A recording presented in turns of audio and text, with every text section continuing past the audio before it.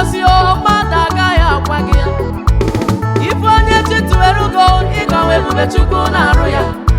Amara Jehova nọ n'elu isi m, na ọ gọziri m agọzi. N'ihi na abụ m nwa Chukwu, na aga m anọrịrị ụtọ ndụ taa. Abụ m nwa Chukwu, aga m anọrị ụtọ ndụ. Jehova gọziwo m, Jehova gọziri m agọzi. Aya! Onye na-achọ nwa, Jehova gọziwo gị. Onye na-achọ ego, ibuzikwa n'ide.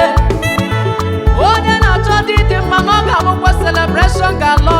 Jehova gọziwo gị, Jehova gọziri m agọzi. Nwoke tima